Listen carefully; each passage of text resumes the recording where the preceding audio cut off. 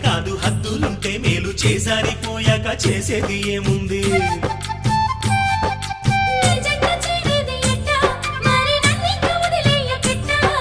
నన్నిట్ట వేధించకే ఓ భామ నీ మనసు మార్చే